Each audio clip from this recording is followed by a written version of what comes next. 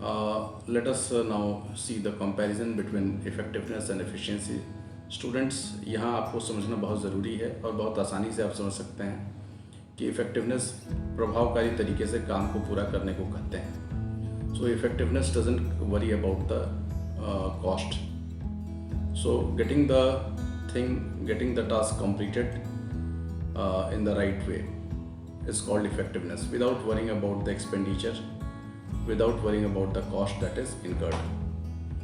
Whereas efficiency is getting the things done in the right way, means यहाँ पे खर्च को कम से कम रखते हुए काम को पूरा करना होता है.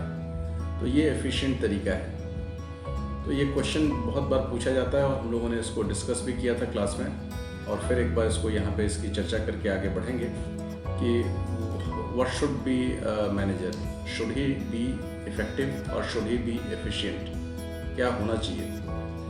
इफ़ मैनेजर इफेक्टिव, एक मैनेजर इफेक्टिव हैं तो निश्चित तौर पे काम बहुत अच्छा होगा, लेकिन कॉस्टिंग आएगी. इससे फिर आपके प्रॉफिट्स में कमी आ सकती है और आएगी ही.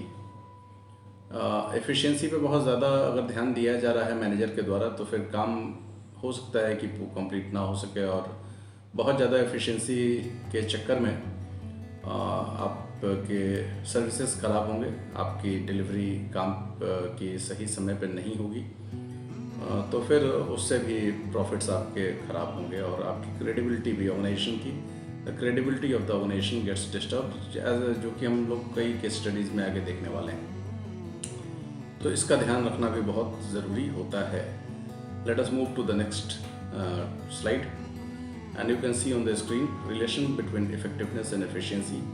ये कहा गया है कि इफेक्टिवनेस और efficiency both this terms are important in management, और एक ही कॉइन के दो साइड्स हैं. ये ऐसा कहा जा सकता है, एक सिक्के के दो पहलू.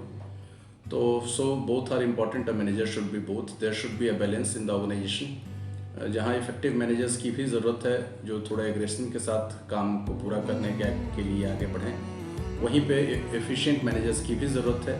टॉप मैनेजमेंट को इन दोनों के बीच में बैलेंस क्रिएट करके चलना होता है, and this is how good management works.